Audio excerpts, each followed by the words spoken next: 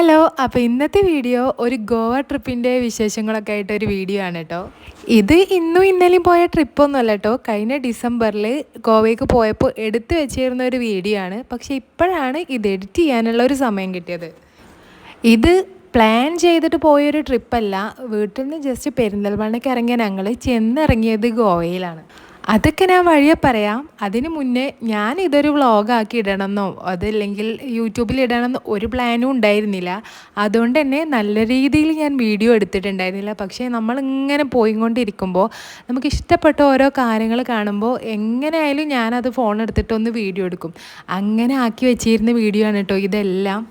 അങ്ങനെ ഇപ്പോൾ സ്റ്റോറേജിൻ്റെ ചെറിയൊരു ഇഷ്യൂ വന്നപ്പോൾ ഒന്ന് ഗാലറി വരെ പോയി നോക്കിയതാണ്, എന്തെങ്കിലും ഡിലീറ്റ് ചെയ്യാൻ കിട്ടുമോ എന്ന് നോക്കാൻ വേണ്ടിയിട്ട്. അപ്പോൾ അതാ ഈ വീഡിയോസൊക്കെ അത് അവിടെ കിടക്കണു. പക്ഷേ ഇതൊക്കെ കണ്ടപ്പോൾ എനിക്ക് എന്തോ ഡിലീറ്റ് ആക്കാൻ അങ്ങോട്ട് തോന്നുന്നില്ല. അപ്പോൾ ഇതൊരു വ്ളോഗാക്കി ഇട്ട് കഴിഞ്ഞാൽ പിന്നെ എനിക്ക് ധൈര്യമായിട്ട് ഗാലറിയിൽ നിന്ന് അത് ഡിലീറ്റ് ചെയ്ത് കളയാമല്ലോ.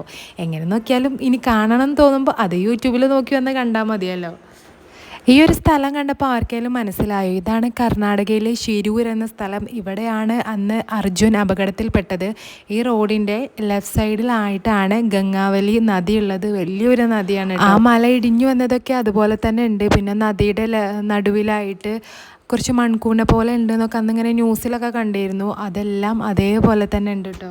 അങ്ങനെ ഏകദേശം 16-17 മണിക്കൂറോളം യാത്ര ചെയ്തിട്ട് ഞങ്ങൾ അങ്ങനെ ഗോവയിലെത്തി. അങ്ങനെ മാപ്പ് ഇട്ട് പോയി എത്തിയത് ബാഗ ബീച്ചിലോട്ടാണ്. അങ്ങനെ ബീച്ചിനടുത്ത് തന്നെ ഒരു റൂം എടുത്തു. ബെൽസ് ബീച്ച് റിസോർട്ട് എന്ന് അങ്ങനെ എന്തോ ആണ് അതിൻ്റെ പേര്, എനിക്ക് കറക്റ്റ് ഓർമ്മയില്ല. അങ്ങനെ ഞങ്ങളെ ബാഗും സാധനങ്ങളൊക്കെ അവിടെ കൊണ്ടുവച്ചിട്ട് നല്ല വിശപ്പുള്ളതുകൊണ്ട് ആദ്യം ഫുഡ് കഴിക്കാനാണ് പോയത്. അവിടുത്തെ ഫുഡിനെ കുറിച്ച് യാതൊരുവിധ ഐഡിയ ഇല്ലാത്തതുകൊണ്ട് അവിടെ ബിരിയാണി എന്ന് കേട്ടപ്പോൾ ഞാനൊരു ബിരിയാണി ആയിരുന്നു ഓർഡർ ചെയ്തത്. പക്ഷേ തിന്ന് തുടങ്ങിയപ്പോൾ വിശപ്പോണ്ട് കഴിച്ച് തീർത്തൊരു ബിരിയാണി ആയിരുന്നു അത്. അങ്ങനെ റൂമിൽ എത്തി നല്ലൊരു ഉറക്കം കഴിഞ്ഞ് ഈവനിങ് ആയിട്ടാണ് ഞങ്ങൾ ബീച്ചിലോട്ട് ഇറങ്ങിയത്. നല്ല ഉറക്കക്ഷീണവും യാത്രാക്ഷീണവും ഒക്കെ ഉണ്ടായിരുന്നു. കാറ് റോഡിൽ സൈഡാക്കിയിട്ട് 1.5 മണിക്കൂറാണ് കാക്കൊക്കെ ആകെ ഉറങ്ങിയിട്ടുള്ളത്. ഞാനും മക്കളും പിന്നെ ഇടയ്ക്കിടയ്ക്ക് ഇങ്ങനെ കണ്ണടച്ച് ഉറങ്ങും. പക്ഷെ എന്നാലും നമുക്ക് എത്ര വണ്ടിയിൽ നിന്ന് ഉറങ്ങിയാലും അതങ്ങോട്ട് ശരിയായി കിട്ടൂലല്ലോ. അങ്ങനെ എല്ലാവരും നല്ല രീതിയിൽ ഉറങ്ങി എണീറ്റിട്ട് ഈവനിങ് ആയപ്പോഴാണ് ഞങ്ങൾ ബീച്ചിലോട്ട് പോയത് കേട്ടോ. ഗോവയിൽ അങ്ങനെ എല്ലാ സ്ഥലങ്ങളും കറങ്ങി കാണാൻ പറ്റൂല എന്ന് ആദ്യം അറിയായിരുന്നു. കാരണം മുൻകൂട്ടി പ്ലാൻ ചെയ്ത ഒരു ട്രിപ്പ് അല്ലായിരുന്നു ഇത്. ഗോവയിൽ ഏതൊക്കെ സ്ഥലങ്ങളാണ് കാണാൻ പറ്റുക, അടുത്തടുത്ത് കിടക്കുന്ന സ്ഥലങ്ങൾ ഏതാണെന്നോ ഒന്നും അറിയില്ലായിരുന്നു. അങ്ങനെ കുറേ ഗൂഗിൾ മാപ്പിൻ്റെ സഹായത്തോടെയും പിന്നെ കുറേ യൂട്യൂബ് വീഡിയോസൊക്കെ കണ്ടിട്ടാണ് ഞങ്ങൾ അങ്ങനെ ബാഗ ബീച്ചിലെത്തിയത്. വൈകുന്നേരം വെറുതെ ബീച്ചൊക്കെ ഒന്ന് കണ്ട് ഞങ്ങൾ നേരെ റൂമിലോട്ട് തന്നെ തിരിച്ചു പോയിട്ടുണ്ടായിരുന്നു. പിന്നെ രാത്രിയായിട്ടാണ് ബീച്ചിലേക്ക് ഇറങ്ങി വന്നത്. കാരണം രാത്രിയാണല്ലോ ഗോവ ഓണായി കിടക്കുക. ഫുള്ള് മ്യൂസിക്കും ലൈറ്റും പാട്ടും ഡാൻസും. പിന്നെ ഞങ്ങൾ രാത്രി അവിടെ നിന്ന് തന്നെ ഫുഡ് ഓർഡർ ചെയ്തു.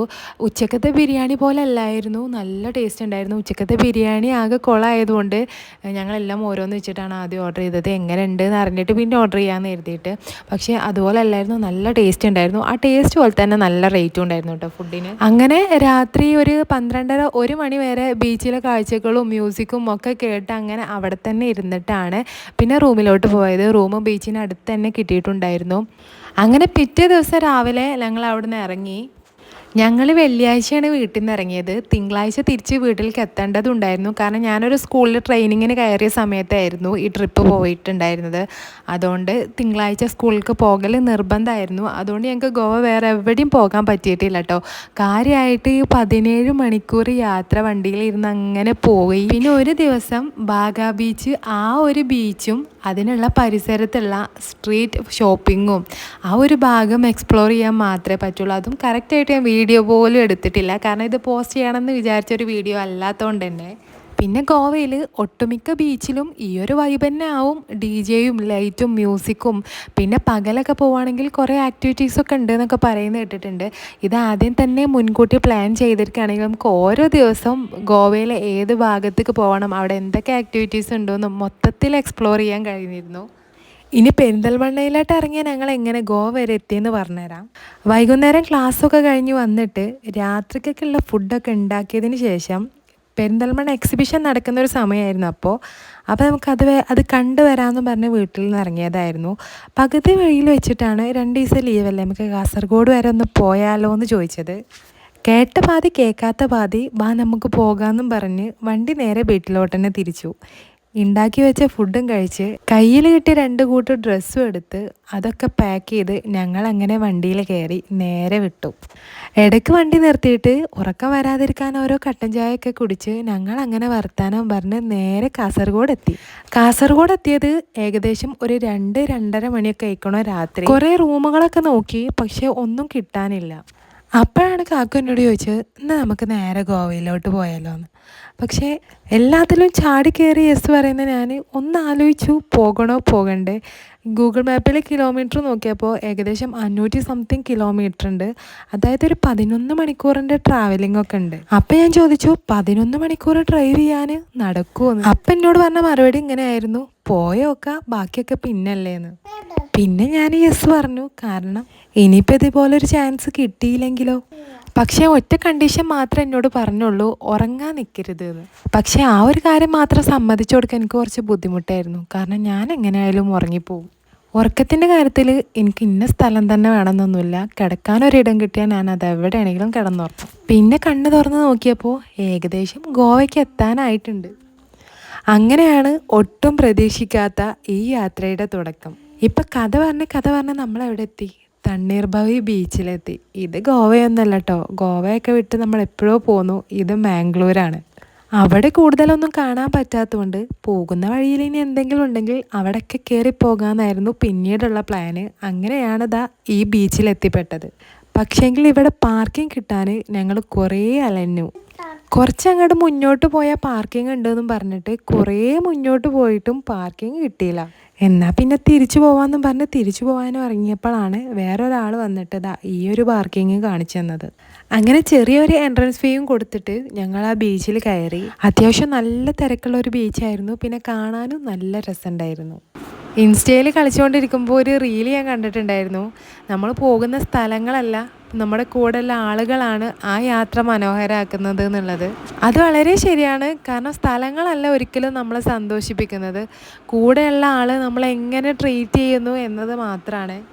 നമ്മൾ ഈ ലോങ് ഡിസ്റ്റൻസിൽ നിൽക്കുന്നവർക്ക് 2 വർഷം കൂടുമ്പോൾ ഒരു 3-4 മാസം നാട്ടിൽ കിട്ടുമ്പോൾ അപ്പോൾ പോകുന്ന ഈ യാത്രകളും ഒരുമിച്ചുള്ള സമയങ്ങളാണ് പിന്നെ അവർ തിരിച്ചു പോയാലും ആലോചിക്കാനുള്ള നല്ല നിമിഷങ്ങൾ. അതുകൊണ്ട് കിട്ടുന്ന ചെറിയ ചാൻസുകളൊന്നും ഞങ്ങൾ അങ്ങനെ മിസ്സാക്കാറില്ല.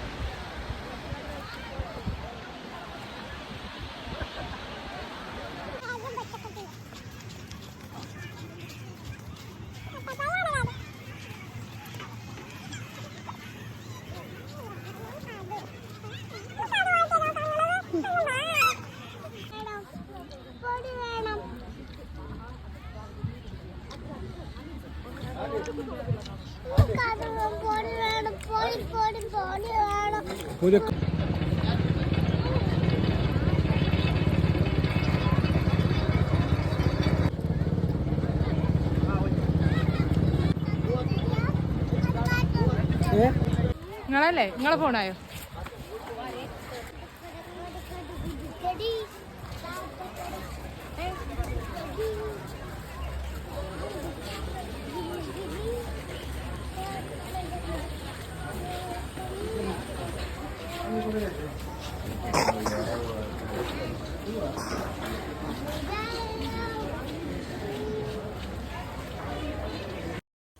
അങ്ങനെ ചിരിച്ചും കളിച്ചും വർത്താനം പറഞ്ഞു. പിന്നെ വിശപ്പ് മാറ്റാൻ എന്തെങ്കിലുമൊക്കെ വാങ്ങി കഴിച്ചും കുറച്ചധികം നേരം ഞങ്ങൾ ആ ബീച്ചിൽ തന്നെ ഇരുന്നു.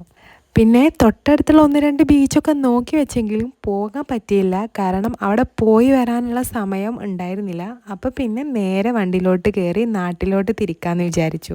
അങ്ങനെ കാസർഗോഡ് എത്തിയപ്പോഴാണ് അവിടെ എക്സിബിഷൻ നടക്കുന്നത് കണ്ടത്. എന്നാൽ പിന്നെ ഇനി അതും കൂടി കണ്ടിട്ട് പോവാമെന്ന് പറഞ്ഞ് ഞങ്ങൾ അവിടെ ഇറങ്ങി.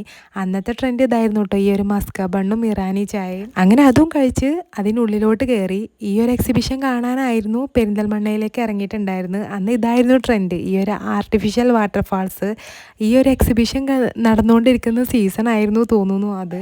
എന്തായാലും പെരിന്തൽമണ്ണ എക്സിബിഷൻ കാണാനിറങ്ങിയ ഞങ്ങൾക്ക് കാസർഗോഡ് എക്സിബിഷൻ കാണാനായിരിക്കും വിധി. അവിടെ ചുറ്റിക്കറങ്ങി കണ്ട് പിന്നെ വണ്ടി നിർത്തിയത് കണ്ണൂർ ഫുഡ് കഴിക്കാൻ വേണ്ടിയിട്ടാണ്. ഈ ഒരു ഫുഡും കഴിച്ച് പിന്നെ ഇടയ്ക്കിടയ്ക്ക് ഓരോ കട്ടൻ ചായയും കുടിച്ച് പിന്നെ ഞങ്ങൾ നേരെ നാട്ടിലോട്ട് വിട്ടു. ഇതോടുകൂടി ഞങ്ങൾ പ്രതീക്ഷിക്കാതെയുള്ള ഗോവ യാത്രയും വിശേഷങ്ങളും ഇവിടെ തീരെയാണ്. പിന്നെ ഷോർട്സിൻ്റെ സൈസിലെടുത്ത വീഡിയോ ലോങ് വീഡിയോ ആക്കി സൈസ് കൂട്ടിയിട്ടാണ് ഞാൻ എഡിറ്റ് ചെയ്തിട്ടുള്ളത്. അപ്പോൾ ഈ വീഡിയോയിൽ ചിലപ്പോൾ അതിൻ്റേതായ പോരായ്മകൾ ഉണ്ടായിരിക്കാം. എന്തായാലും എല്ലാ വ്ളോഗിലും പറയുന്ന പോലെ ഈ വ്ളോഗിൽ ഞാൻ പറഞ്ഞിട്ടില്ല. ആദ്യമായിട്ട് ചാനൽ കാണുന്നവരാണെങ്കിൽ സബ്സ്ക്രൈബ് ചെയ്യുക. പിന്നെ വീഡിയോ ഇഷ്ടമായിട്ടുണ്ടെങ്കിൽ ലൈക്ക് ചെയ്യാൻ മറക്കരുത്. അപ്പോൾ ഇതിലും നല്ല വ്ളോഗുമായിട്ട് ഇനി പിന്നെ കാണാം. അപ്പോൾ അതുവരേക്കും ബൈ.